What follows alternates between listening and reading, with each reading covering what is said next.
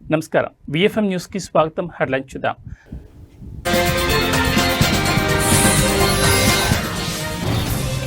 తెలంగాణ సర్కార్ కీలక నిర్ణయం. ఈ నెల 30 నుంచి అసెంబ్లీ సమావేశాలు ప్రారంభం.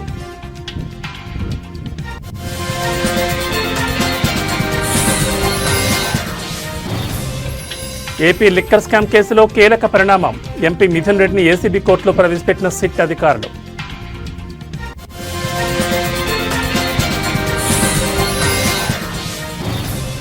ఏపీలో భారీ వర్షాలు, పలు జిల్లాల్లో స్కూళ్లకు సెలవు.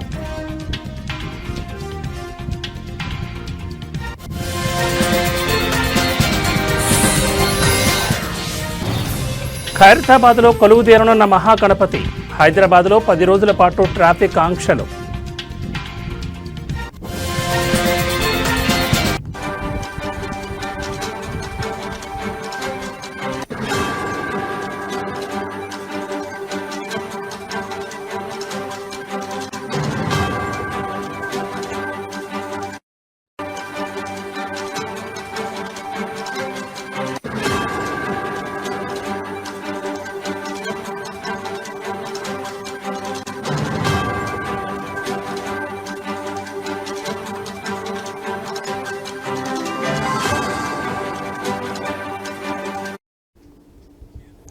బులెటిన్లో బ్రేకింగ్ న్యూస్ చూస్తున్నాం. తెలంగాణ సర్కార్ కీలక నిర్ణయం తీసుకుంది.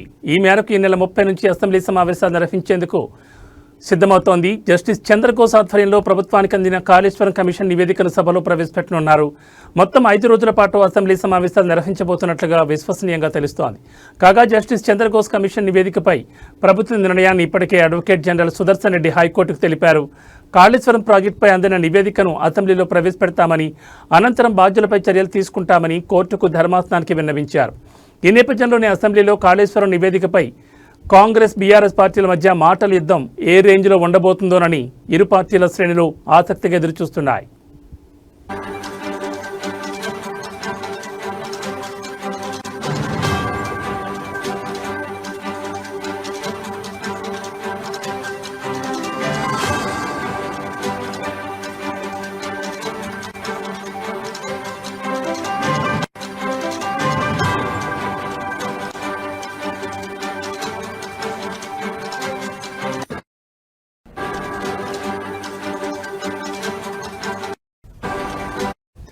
కాగా కాళేశ్వరం లిఫ్ట్ ఇరిగేషన్పై జస్టిస్ చంద్రఘోష్ కమిషన్ ఇచ్చిన నివేదికను కొట్టివేయాలని మాజీ సీఎం కేసీఆర్, మాజీ మంత్రి హరీష్ రావు హైకోర్టులో పిటిషన్ దాఖలు చేసిన విషయం తెలిసిందే.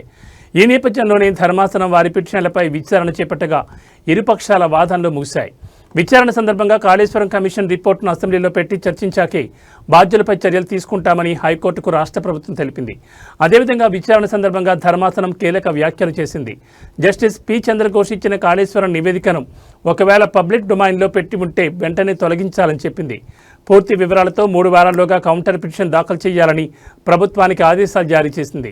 అయితే ఈ కేసులో మధ్యంతర ఉత్తర్వులు అవసరం లేదని, పిటిషనర్లు కోరిన విధంగా స్టే ఇవ్వలేమని కోర్టు స్పష్టం చేసింది. కేసులో తదుపరి విచారణను 5 వారాలకు ధర్మాసనం వాయిదా వేసింది.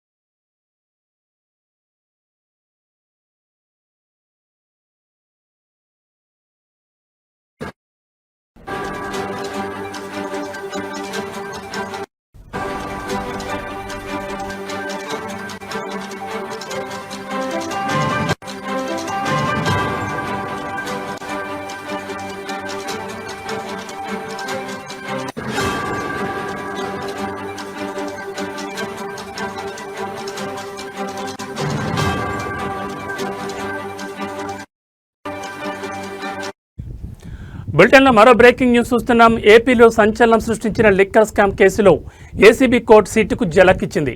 లిక్కర్ స్కామ్ కేసులో సిట్ దాఖలు చేసిన ఛార్జిషీట్ల మీద అభ్యంతరాలు వ్యక్తం చేసింది. 2 ఛార్జిషీట్లలో 21కి పైగా అభ్యంతరాలను న్యాయమూర్తులు తెలిపారు. నిందితులందరికీ ముద్దాయి కాపీలు అందజేశారా అని ప్రశ్నించారు. ఈ కేసుకు అవినీతి నిరోధక చట్టం ఎలా అప్లై అవుతుందో చెప్పాలని అడిగారు. ఈ కేసులో సిట్ ఎంతమందిని సాక్షులుగా విచారించిందో వివరాలు ఇవ్వాలని కోరారు. ఎంతమంది సాక్షుల దగ్గర 164 స్టేట్మెంట్ రికార్డ్ చేశారని ప్రశ్నించింది ఏసీబీ కోర్టు. మధ్యవర్తుల రిపోర్టులు, సీజర్ రిపోర్టులు సమర్పించాలంది. మరోవైపు ఏపీ లిక్కర్ స్కామ్ కేసులో ఇవాళ 12 మంది నిందితులను ఏసీబీ కోర్టులో హాజరుపరిచారు సిట్ అధికారులు.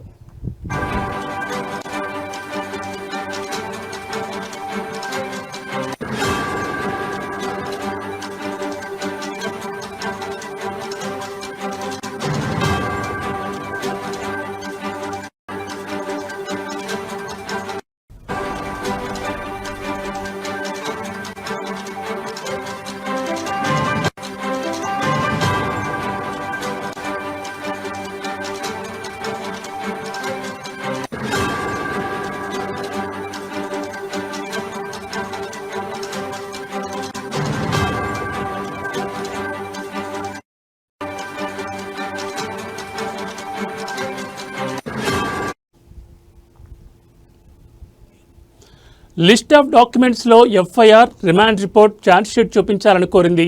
సాక్షులు డాక్యుమెంట్లను తగిన విధంగా సమర్పించాలని, ఛార్జ్షీట్లకు చూపించిన డాక్యుమెంట్లకు సిఎఫ్ నంబర్లు చూపించాలని కోర్టు ఆదేశించింది. 2 ఛార్జ్షీట్లలో ప్రిలిమినరీ లేదా ఫైనల్ ఛార్జ్షీట్ అని చెప్పలేదన్నారు న్యాయమూర్తి. ఎఫ్ఎస్ఎల్ రిపోర్టులు ఇంకా ఫైల్ చేయకుండా ఛార్జ్షీట్ ఎలా అర్హత పొందుతుందని ప్రశ్నించారు. లిక్కర్ స్కామ్లో 3,500 కోట్లు ఎలా ట్రాన్స్ఫర్ అయ్యాయో టేబుల్ రూపంలో చూపాలన్నారు. కేసులో 7 నుంచి 15 వరకు ఉన్న నిందితులను ఇంకా ఎందుకు అరెస్ట్ చేయలేదని కూడా ప్రశ్నించారు. స్కామ్లో వారి పాత్రను స్పష్టం చేయాలన్నారు. ప్రతి ముద్దాయికి ఏ సెక్షన్ వర్తిస్తుందో స్పష్టంగా చెప్పాలన్నారు.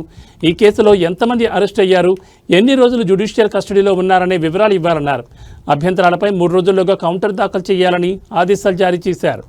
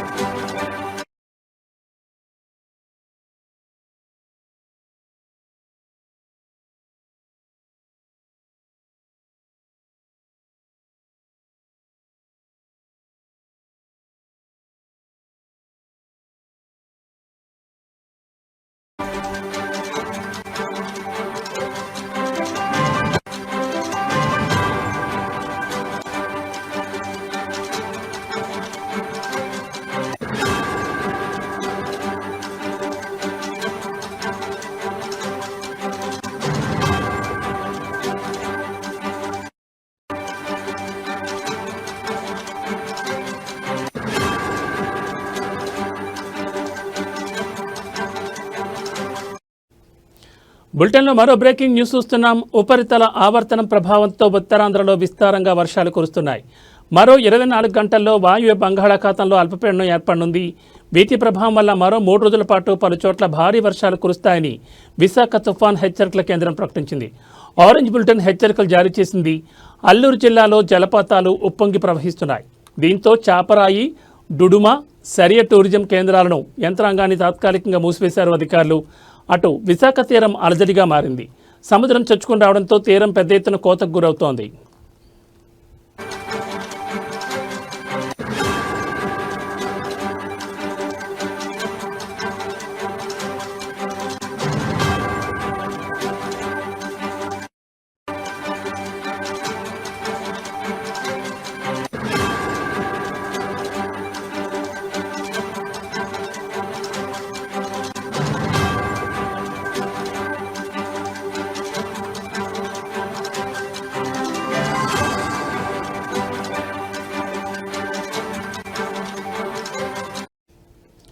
శ్రీకాకుళం పట్టణంతో పాటు జిల్లా వ్యాప్తంగా భారీ వర్షం కురుస్తోంది.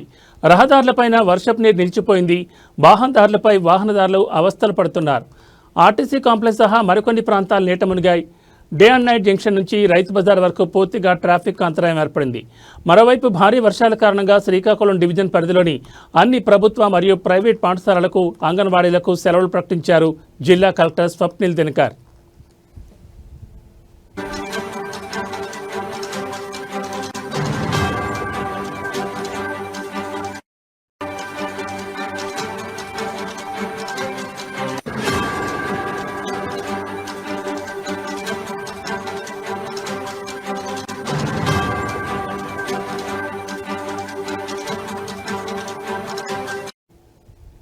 ఇక బంగాళాఖాతంలో అల్పపీడనంతో ప్రభుత్వం అప్రమత్తమైంది. అల్పపీడనం ప్రభావంతో ఉత్తర కోస్తా జిల్లాలో పలుచోట్ల వర్షాలు కురుస్తున్న నేపథ్యంలో హోంమంత్రి అనిత సమీక్షా సమావేశం నిర్వహించారు. అన్ని జిల్లాల్లో కంట్రోల్ రూమ్స్ ఏర్పాటు చేయాలని ఆదేశించారు. లోతట్టు ప్రాంత ప్రజలను ఎప్పటికప్పుడు అప్రమత్తం చేయాలని అధికారులకు సూచించిన ఆమె క్షేత్రస్థాయిలో అధికారులు అందుబాటులో ఉండాలని స్పష్టం చేశారు. సహాయ చర్యలకు ఎన్డీఆర్ఎఫ్, ఎస్డీఆర్ఎఫ్ సిద్ధంగా ఉండాలని సూచించారు. ప్రమాదకర హోర్డింగ్లు, కూలిన చెట్లను వెంటనే తొలగించాలని హోంమంత్రి అనిత ఆదేశించారు.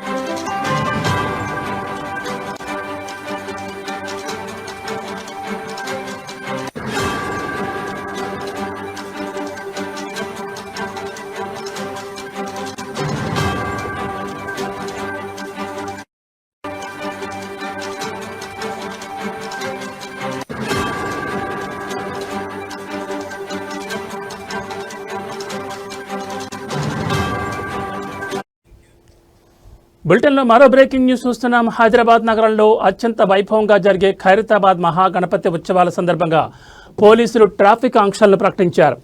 రేపు బడా గణనాథుడు కొలువుదీరనున్న నేపథ్యంలో భారీ సంఖ్యలో తరలివచ్చే భక్తుల రద్దీని దృష్టిలో ఉంచుకుని ఈ చర్యలు చేపట్టారు. రేపటి నుంచి సెప్టెంబర్ 6వ తేదీ వరకు మొత్తం 10 రోజుల పాటు ఈ ఆంక్షలు అమల్లో ఉంటాయని నగర ట్రాఫిక్ విభాగం స్పష్టం చేసింది. ఉత్సవాల సమయంలో ఖైరతాబాద్, షాదన్ కాలేజ్, నిరంకారి, పాత Saifabad, police station, mint compound, necklace rotary వంటి ప్రాంతాల్లో వాహనాల రద్దీ అధికంగా ఉండే అవకాశం ఉందని అధికారులు అంచనా వేస్తున్నారు. ఈ నేపథ్యంలో వాహనదారులు ఎలాంటి ఇబ్బందులు పడకుండా ప్రత్యామ్నాయ మార్గాల్లో ప్రయాణించాలని సూచించారు.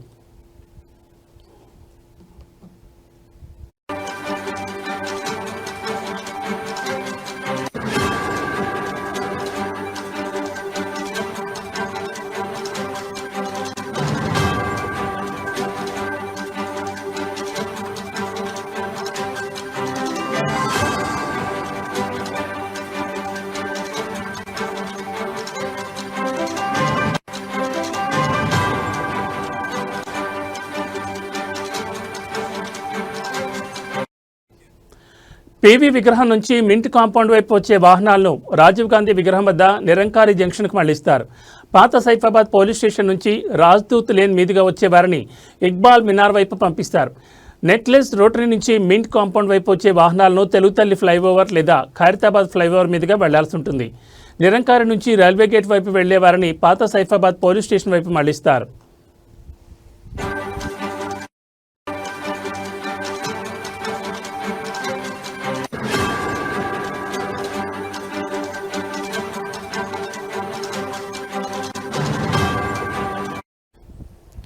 స్వామివారి దర్శనానికి వచ్చే భక్తుల కోసం ప్రత్యేక పార్కింగ్ స్థలాలను ఏర్పాటు చేశారు.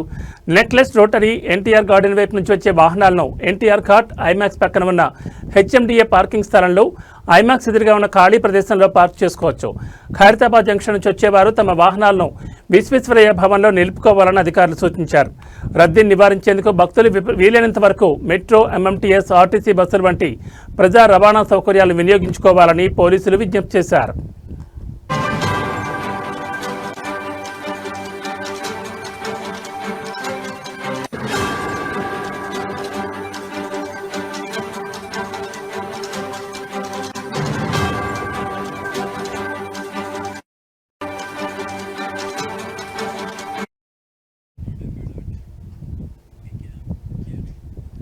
రేపు వినాయక చవితి సందర్భంగా వినాయకుడు వివిధ రూపాల్లో దర్శనమిస్తున్నాడు. గణనాథునిగా, లంబోదరుడిగా, వినాయకుడిగా భక్తుల కోరికలను నెరవేర్చడానికి భూలోకంలో ఒక చరిత్ర విఘ్నేశ్వరుడు. నల్గొండ పట్టణంలో వైఆర్పీ ఫౌండేషన్ ప్రతి సంవత్సరం లాగానే ఈసారి కూడా ప్రజలకు వినాయకులను పంపిణీ చేశారు. ఈ కార్యక్రమంలో ముఖ్య అతిథులుగా యామా దయాకర్, వీరన్న, చంద్రశేఖర్, బండారు ప్రసాద్, శేషగిరి, అనంతాచార్యులు తదితరులు పాల్గొన్నారు.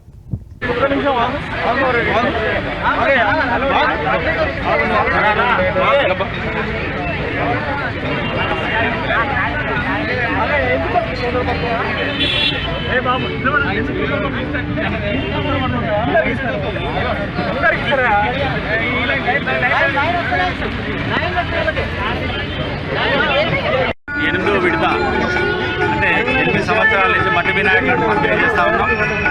వాతావరణ కాలుష్యాన్ని పరిరక్షించడానికి, అదేవిధంగా మట్టి గణపతులను ప్రోత్సహించి కాలుష్యాన్ని కాపాడాలనే ఉద్దేశంతో దీన్ని ప్రతి సంవత్సరం వినాయక చవితి ముందు ఏర్పాటు చేయడం జరుగుతూ ఉంది.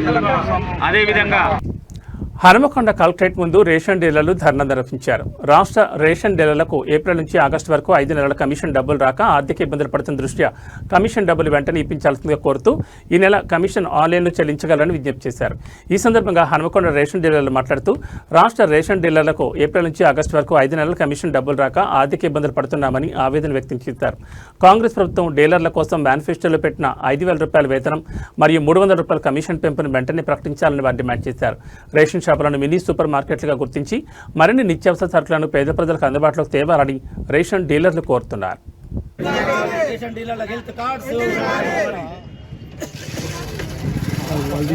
రేషన్ డీలర్లకు గత 5 నెలల నుంచి కమిషన్ ఇస్తలేదు. 5 నెలల కమిషన్ వెంటనే విడుదల చేయాలని ఈరోజు రాష్ట్ర వ్యాప్తంగా అన్ని జిల్లా అధ్యక్ష కార్యదర్శుల ఆధ్వర్యంలో జేసీ గారికి లెటర్ ఇవ్వడం జరిగినది. ఈ 2-3 రోజుల లోపల మాకు కమిషన్ వెంటనే విడుదల చేయకుంటే అతి త్వరలో రాష్ట్ర వ్యాప్తంగా ఆందోళన చేయడానికి కూడా సిద్ధపడుతున్నాం. పల్లె డీలర్లు ముఖ్యంగా చాలా ఆర్థిక ఇబ్బందులు పడుతున్నారు కాబట్టి అయ్యా ముఖ్యమంత్రి గారు, మినిస్టర్ గారు ఈ మెసేజ్ మా లెటర్స్ అందుకోగానే మా అందరికీ రేషన్ డీలర్లందరికీ గౌరవ వేతనం కానీ కమిషన్ కానీ వెంటనే విడుదల చేయాలి. అదే రకంగా 5వ తారీఖు వరకు మాకు గౌరవ వేతనం ప్రకటించకుంటే ఈ కమిషన్ 5వ తారీఖు వరకు వేయకుంటే రాష్ట్ర వ్యాప్తంగా ఒకరోజు బంద్ పిలుపునిస్తున్నాం.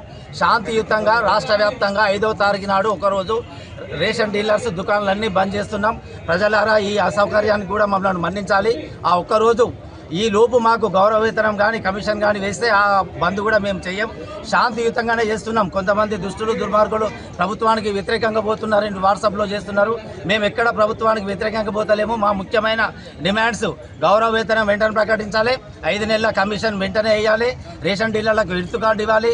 ముఖ్యంగా వర్షాకాలంలో మెదక్ జిల్లా శివంపేట మండలంలోని రత్నాపూర్ గ్రామంలో అంగన్వాడీ కేంద్రంలో బిందెలో చనిపోయిన ఎలుక ఉన్న నీళ్లు తాగడంతో విద్యార్థులు అస్వస్థత గురికావడంతో నర్సాపూర్ ప్రభుత్వ ఆసుపత్రిలో విద్యార్థులు చికిత్స పొందుతున్నారు. ఈ విషయం తెలుసుకున్న జిల్లా బీజేపీ అధ్యక్షులు వాల్దాస్ రాధా మల్లేష్ గౌడ్, బీజేపీ శివంపేట మండల అధ్యక్షులు పెద్దపులి రవి, బీజేపీ జిల్లా కార్యదర్శి అశోక్ సాదులతో కలిసి దవాఖానాను సందర్శించి విద్యార్థుల యొక్క తల్లిదండ్రులతో, హాస్పిటల్ సూపరింటెండెంట్తో మరియు డాక్టర్స్తో మాట్లాడి విద్యార్థుల యొక్క ఆరోగ్య పరిస్థితులను అడిగి తెలుసుకున్నారు. అలాగే హాస్పిటల్లో ఉన్న సమస్యలను కూడా సూపరింటెండెంట్కి చెప్పారు. ఈ కార్యక్రమంలో ఓబీసీ మోర్చా రాష్ట్ర ఉపాధ్యక్షులు పాపగారి రమేష్ గౌడ్, రాష్ట్ర నాయకులు పెద్ద రమేష్ గౌడ్, జిల్లా ఉపాధ్యక్షులు నారాయణ రెడ్డి, జిల్లా కార్యదర్శి ఎరుకల భిక్షపతి, బాలరాజ్, బీజేపీ నాయకులు నర్సారెడ్డి, సుధాకర్, విఠల్ నాయక్, బీజేపీ నాయకులు, కార్యకర్తలు పెద్ద ఎత్తున పాల్గొన్నారు. ఇప్పుడే కొద్దిగా హుషారైతున్నారు. మరి ఇది ఏదైతే ఈరోజు భారతీయ జనతా పార్టీ ఆధ్వర్యంలో నర్సాపూర్ గవర్నమెంట్ హాస్పిటల్లో మొన్న రత్నాపూర్ గ్రామంలో 8 నుంచి 10 మంది పిల్లలు, చిన్నపిల్లలు మరి అస్తవ్యస్త గురి కావడం జరిగింది. వారిని పరామర్శించాలని చెప్పి ఎంపీ రఘునందనరావు గారు ఆదేశాల మేరకు ఈరోజు హాస్పిటల్లో వచ్చి వారందరినీ కూడా పరామర్శించడం జరిగింది. పిల్లలందరూ కూడా కొద్దిగా ఇంజూర్ నుంచి కోలుకొని ఇప్పుడిప్పుడే కొద్దిగా హుషారైతున్నారు. మరి ఇది ఏదైతే అంగన్వాడీ కేంద్రంలో మరి బిందెలో సుందెలక పడి దాన్ని 3 రోజుల వరకు కూడా చూడకపోవడం అనేది చాలా దురదృష్టకరమైన విషయం. ఇలాంటి అంగన్వాడీ కేంద్రాలు మన మెదక్ అసెంబ్లీలో చాలా కూడా నడుస్తున్నాయి. మేము ఒకటే హెచ్చరిక చేస్తున్నాము, ఎప్పుడు కానీ చిన్నపిల్లల విషయంలో చాలా జాగ్రత్తగా ఉండాలి. గవర్నమెంట్ కూడా అదే చెప్తున్నది. వారికి నిర్లక్ష్యం చేయడం వల్లనే దాంట్లో ఎలుకను పడ్డది ఎవరు చూడకపోవడం వల్లనే ఈ పిల్లలు ఇప్పుడు ఇంతమంది అస్తవ్యస్త గురైపోయారు. మరి ఏదో అదృష్టవశాత్తు వాళ్ళంతా కూడా పిల్లలు బాగానే ఉన్నారు. ఒక్క బాబుకు మాత్రం కొద్దిగా పొట్ట ఉబ్బిందని చెప్పి వాళ్ళను ఇంకొక హాస్పిటల్కు పంపడం జరిగింది. అక్కడ ఆ బాబు కూడా చాలా బాగానే ఉన్నాడని చెప్తున్నారు. కనుక అంగన్వాడీ కేంద్రాలలో మేము చెప్పడం ఒకటే ఏంటిదంటే పిల్లలను జాగ్రత్తగా చూసుకొని ఆరోగ్యమే మహాభాగ్యము. ఇలాంటి అశ్రద్ధ చేసి ఇలా పిల్లలను ఇబ్బందికర పరిస్థితుల్లో తేవడం కరెక్ట్ కాదు. తెలంగాణ రాష్ట్రంలోని ప్రజాప్రభుత్వం రాష్ట్ర ప్రజల సంక్షేమం కోసం అనేక రకాల ప్రజా సంక్షేమ కార్యక్రమాలు చేపడుతోందని 11వ వార్డు మాజీ కౌన్సిలర్ పి రాములు అన్నారు. ఈ కార్యక్రమంలో భాగంగా జహీరాబాద్ పట్టణంలోని 11వ వార్డులో గల 44వ చౌకదారుల పంపిణీ కేంద్రంలో 11వ వార్డు ప్రజలకు సుమారు 180 కొత్త రేషన్ కార్డులు పంపిణీ చేశారు. ఈ సందర్భంగా రాములు మాట్లాడుతూ చాలా రోజుల నుంచి రేషన్ కార్డులు పంపిణీ లేనందుకు రేషన్ కార్డుల్లో చిన్నపిల్లల పేర్లు, నూతన వధువరుల పేర్లు చేర్పించలేని పరిస్థితి ఏర్పడిందన్నారు. ఇదివరకే కార్డు లేని వ్యక్తులు అనేక రకాల ఇబ్బందులు పడ్డారని గుర్తు చేశారు. ప్రజా ఇబ్బందులు దృష్టిలో పెట్టుకుని ముఖ్యమంత్రి రేవంత్ రెడ్డి తెలంగాణ రాష్ట్రంలో నిరుపేదలందరికీ కొత్త రేషన్ కార్డులు అందివ్వడానికి ముందుకొచ్చారని కొనియాడారు. రాష్ట్రంలోని అన్ని జిల్లాల్లోని అన్ని మారుమూల ప్రాంతాల్లో పేద ప్రజలకు రేషన్ కార్డులు పంపిణీ చేయడం జరిగిందన్నారు. ఇందుకు ప్రజలు ఆనందం వ్యక్తం చేసి జహీరాబాద్ పార్లమెంట్ సభ్యులు సురేష్ కుమార్ షెట్కర్కి, తెలంగాణ రాష్ట్ర సెట్విన్ గిరిధర్ రెడ్డికి, జహీరాబాద్ నియోజకవర్గం కాంగ్రెస్ పార్టీ ఇన్ఛార్జ్ చంద్రశేఖర్కి, సీనియర్ నాయకులు సిద్ధం ఉజ్వల్ రెడ్డికి, తెలంగాణ రాష్ట్ర ప్రభుత్వానికి కృతజ్ఞతలు తెలిపారు. ఈ కార్యక్రమంలో 11వ వార్డు మాజీ కౌన్సిలర్ పి రాములు నేత మరియు సీనియర్ నాయకులు మాధవరెడ్డి, నగేష్, వీరన్న, అదేవిధంగా వార్డు ఆర్పీలు వరలక్ష్మి, మాధవి, వాడ ప్రజలు పాల్గొని కార్యక్రమాన్ని విజయవంతం చేశారు. గత ప్రభుత్వాలు మనం ఆలోచించినట్టయితే మరి అప్పుడు దొడ్డు బియ్యం ఇస్తుర్రి. ఆ దొడ్డు బియ్యం వండుకున్నాక కాస్తో కూస్తో మిగిలిపోతే వీధి బయట అరుగుల పైన పెడితే కనీసం కుక్కలు కూడా తినగనట్లాంటి పరిస్థితి గత ప్రభుత్వ హయాంలో ఇచ్చినట్లాంటి బియ్యం యొక్క పరిస్థితి. ఎప్పుడు కూడా అన్నం పరబ్రహ్మ స్వరూపం, దాన్ని మనం ఇన్కార్ చేయొద్దు. కానీ సందర్భం చెప్పక తప్పడం లేదు. కాబట్టి గౌరవనీయులు మరి మా ప్రియతమ నాయకులు మా ముఖ్యమంత్రి రేవంత్ రెడ్డి గారు మరి ఈ పేద ప్రజలకు మరి ప్రతి కుటుంబానికి కూడా రేషన్ కార్డులు ఇవ్వడము, అదేవిధంగా చాలా రోజుల నుండి చిన్నపిల్లలు లేదా పెళ్లి జరుపుకొని వచ్చినట్లాంటి కోడళ్ళకు కానీ మరి ఈ రేషన్ కార్డులలో పేర్లు లేనటువంటి పరిస్థితులలో మరి ఈరోజు ప్రతి కుటుంబంలో ఉన్న ప్రతి వ్యక్తి పేరును మరి రేషన్ కార్డులలో పొందుపరిచి వారికి రేషన్ కార్డులు అందించడమే కాకుండా సన్న బియ్యం ఇచ్చి కూడా ఆదుకుంటున్నారు. ఈరోజు అందరూ కూడా సంతోషంగా ఒక 10 మెతుకులు చాలా ఆనందంతో మరి ఎంతో ఇష్టంగా, కనీసం అందులో పప్పు చారు వేసుకున్నా కూడా, పచ్చి పులుసు వేసుకున్నా కూడా, ముడికారం వేసుకున్నా కూడా ఎంతో మహారుచిగా ఉన్నట్లాంటి ఆహారాన్ని మరి అందిస్తున్నారు. మరి వారందరికీ కూడా మరి ఏదైతే గౌరవ ముఖ్యమంత్రికి మా శాంతినగర్ 11వ వార్డు ప్రజల పక్షాన మరి వారికి కృతజ్ఞతలు తెలియజేస్తున్నాము. మరి అదేవిధంగా ఈ రాష్ట్ర ప్రభుత్వం తెలంగాణ రాష్ట్రాన్ని ఇస్తానన్నారు. ఖచ్చితంగా వారి హాయంలో ఇచ్చి తీరారు. కాబట్టి మా ప్రభుత్వ హాయంలో ఏ రకమైన హామీలు ఇచ్చినప్పటికీ కూడా కొద్దిపాటి ఆలస్యం జరగవచ్చు, కానీ ఖచ్చితంగా ఏవైనా కూడా చెప్పిన మాటలు. విజయవాడలో ఏపీ ప్రభుత్వం స్మార్ట్ రేషన్ కార్డుల పంపిణీని ప్రారంభించింది. వరలక్ష్మి నగర్లోని లబ్ధిదారులకు మంత్రి నాదెండ్ల మనోహర్ స్వయంగా ఈ కార్డులు అందజేశారు. ఈ సందర్భంగా మంత్రి మాట్లాడుతూ స్మార్ట్ రేషన్ కార్డులు ఆధునిక సాంకేతికతతో రూపొందించబడ్డాయని చెప్పారు. వీటిలో క్యూఆర్ కోడ్ను పొందుపరచడం ద్వారా రేషన్ తీసుకున్న వెంటనే కేంద్ర జిల్లా కార్యాలయాలకు సమాచారం అందుతుందని తెలిపారు. మొదటి దశలో 9 జిల్లాల్లో ఈ రోజు నుంచి ఇంటింటికి రేషన్ కార్డులు పంపిణీ చేస్తున్నారు. మొత్తం 1.46 కోట్ల కుటుంబాలకు సెప్టెంబర్ 15వ తేదీ నాటికి ఈ కార్డులను అందించాలని ప్రభుత్వం లక్ష్యంగా పెట్టుకుంది. ఈ కార్డుల వల్ల పంపిణీలో పారదర్శకత పెరుగుతుందని, అనర్హులకు రేషన్ అందకుండా నివారించవచ్చని భావిస్తున్నారు.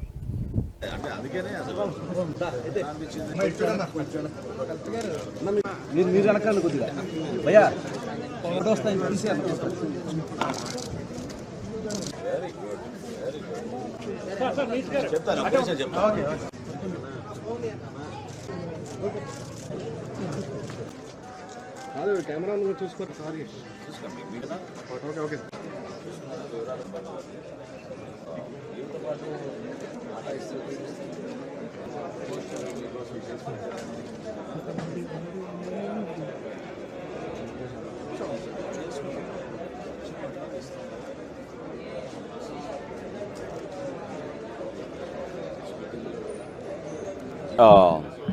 Our NDA government in Andhra Pradesh, under the leadership of the Honorable Chief Minister Sri Chandrababu Naidu Garu, we have taken up a wonderful initiative where we have converted all the existing rice cards into smart rice cards.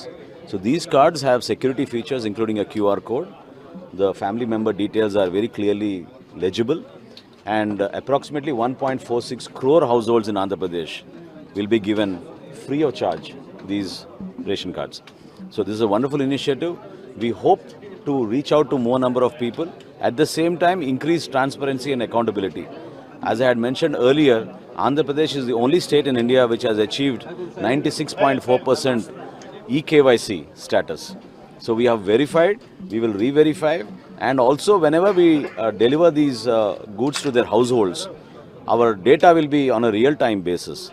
So across the state, any family member in these cards can also change their data, and that will be adjusted automatically through the integrated data approach.